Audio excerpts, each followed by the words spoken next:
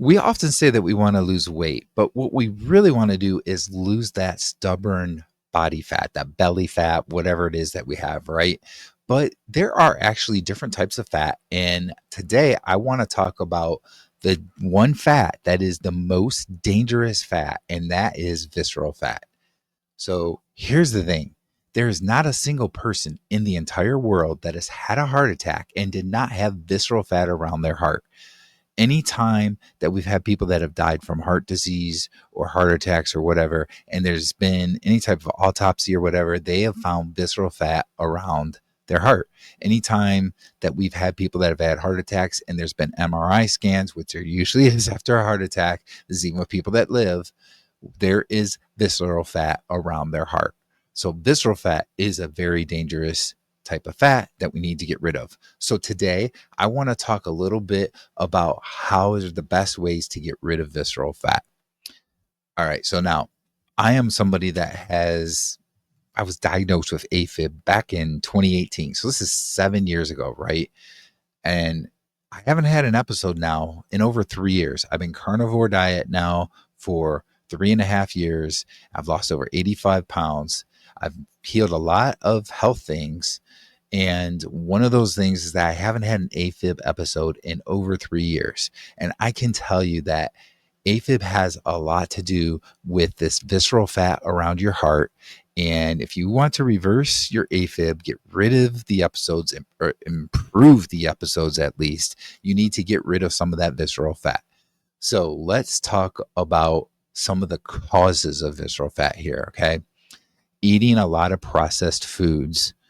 We're talking about also not just the processed foods, but the seed oils, high sugar type of foods, all of that kind of stuff that really contributes to excess visceral fat in your body. Now, keep in mind, visceral fat is the fat you can't really see. It's wrapped around your organs and your heart and so forth. And basically, the way to see how much visceral fat you have is through an MRI scan. That's the best way to see what kind of visceral fat you have in there. And processed foods, the more processed foods you eat, the more visceral fat you're going to have. You can be a skinny person, you can be very thin, not have that superficial fat, but you still have visceral fat inside your body. And you got to work to get rid of that, or else it sets you up for high risk of stroke, heart disease, and so forth. So getting rid of those processed foods is huge. Try and eat whole foods as much as possible. All right. Another thing that causes visceral fat is stress. A lot of people are stressed between work, different things that happen, family life, whatever. Maybe they go to school and they're stressed with school and so forth. So there's a lot of stress in people's life, and you really need to get rid of some of that stress, because the stress will affect your hormones and so forth. And that really causes a lot more issues with visceral fat accumulation inside your organs. All right. Next is a lack of sleep. If you are not getting at least 7 to 8 hours of sleep every night, you're not getting enough sleep. And that also will get your hormones out of whack once again. And you're just going to accumulate visceral fat inside your body. Now, here's another one that a lot of people are just not going to like. They're not going to want to hear this, but it's true. Alcohol. And this is something that has been documented through MRI scans and so forth, that people that drink alcohol see an increase in visceral fat. Now, alcohol does have a lot of sugar, although there are some alcohols that don't have as much sugar, but still, alcohol is another thing.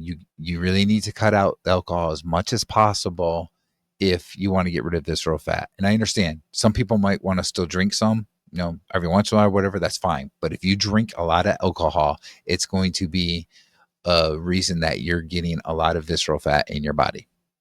All right. And then the last main cause here of visceral fat that I want to talk about is durational exercise. What do I mean by that? This is like distance running, long bike riding. So, competitive bike riding.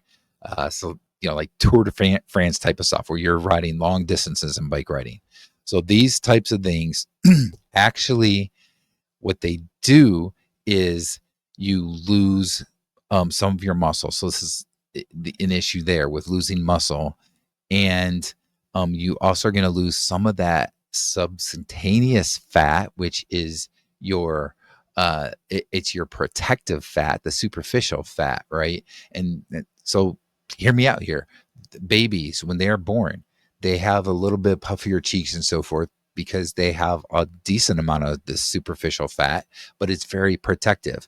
Now, as we're adults, we don't need as much of it, but we still want some of that.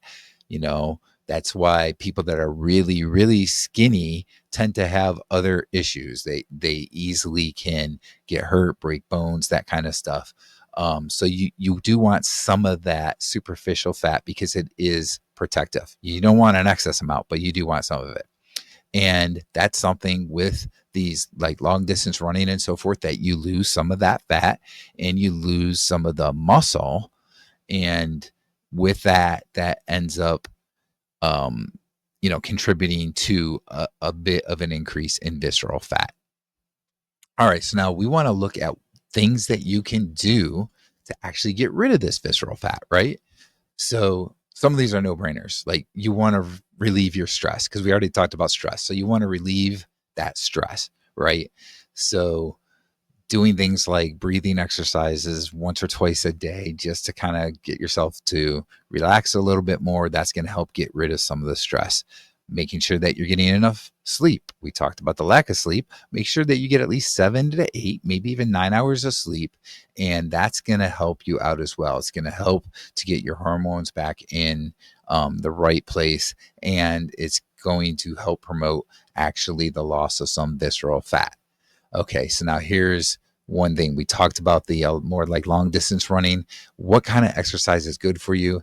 It is exercise that includes short bursts. So, bike riding, we talked about that. You can do more of a high intensity type of bike riding that uses short bursts. So, maybe you're going to do some, whether it's an exercise bike or riding in your neighborhood or wherever on a bike, you're going to do some really hard, fast pedaling for a little bit and then you relax. Maybe you just do some really light stuff, or you just take a quick little break or something for a couple minutes or a minute, whatever it is. And then you do some really heavy, intense bike riding again. Sprinting, that is a really good one. So instead of the long distance running, we're talking about sprinting. So you're going to do some short bursts. This is short bursts of stress for short periods of time. So here's some other things: push-ups until failure, chin-ups until failure, lifting heavy weights like bench presses and stuff like that until failure. Those are all really good short bursts that are great activity. They're going to increase your muscle. You're not going to lose that subcutaneous fat, but you're going to lose a good amount of that visceral fat. So that's really good for it. Okay. Another thing that's good for getting rid of visceral fat is doing cold baths or like cold plunges, stuff like that. And here's a good idea you can do. You can take your shower in the morning, and maybe at the end of your shower, you'll turn the water cold and you'll do whatever you can stand, 20 seconds, 30 seconds, a minute, 2 minutes, whatever it is you can stand with really cold water hitting your body. Make sure it hits you all over, on top of the head, front of your body, back of your body, all that kind of stuff. But that cold plunge is going to actually help stimulate some metabolism, some other things in your body, and it's going to get rid of some of that visceral fat. Okay, another thing, kind of a little bit the opposite of a cold bath, is time in the sauna. So actually doing a little bit of time in the sauna helps to get rid of visceral fat as well. Sunshine, getting sunshine every day, particularly earlier in the morning, helps with getting rid of visceral fat. So that's another big thing you can do. All right. Now there's 2 more things I really want to talk about here with getting rid of visceral fat. And if you like this video so far, go ahead and like it and share it with your friends and so forth. If you're not already subscribed, subscribe to my channel because I do put out a lot of good content. All right. So the next thing out of these 2 that I got left here is fasting. Doing, 24, 48, even 72-hour fast will help to kickstart the loss of visceral fat in your body. And now the last one, we talked about not eating processed foods. And this one has to do with eating more of a carnivore or a low carb diet and adding in fermented foods. And so if you're eating a carnivore or low carb diet, you're not eating all that processed foods. That's going to help right off the bat there. If you do this along with fasting and you add in some fermented foods, it's going to really kickstart the loss of visceral fat. And now, the real thing, the reason why we want to do the fermented foods is because way back in the olden days, you drink water from a stream or whatever, and it had some microbes in it and so forth. And you just don't have that anymore. Our water, especially if you're getting bottled water from a store or whatever, it's chlorinated and you don't have those microbes anymore. So the fermented foods have that microbes in them, and that's going to allow you to get that and get your gut in check. And once you get your gut going really, really good, that helps as well with getting rid of visceral fat. So the carnivore diet is basically eating meat. You're going to add fermented foods to it, and then you're going to add the fasting. So you kind of see how these last two things with the fasting and the carnivore diet with fermented foods kind of go together, right? So maybe you're going to fast one time a week with a 48, possibly a 72-hour fast. And then the rest of the time, you're going to do your carnivore diet with the fermented foods. And you do that, and it's going to allow you to get rid of visceral fat quickly. And we're talking like 90 days, you should see a big difference in your visceral fat. If you do MRI scans, that's the best way you're going to be able to check it out.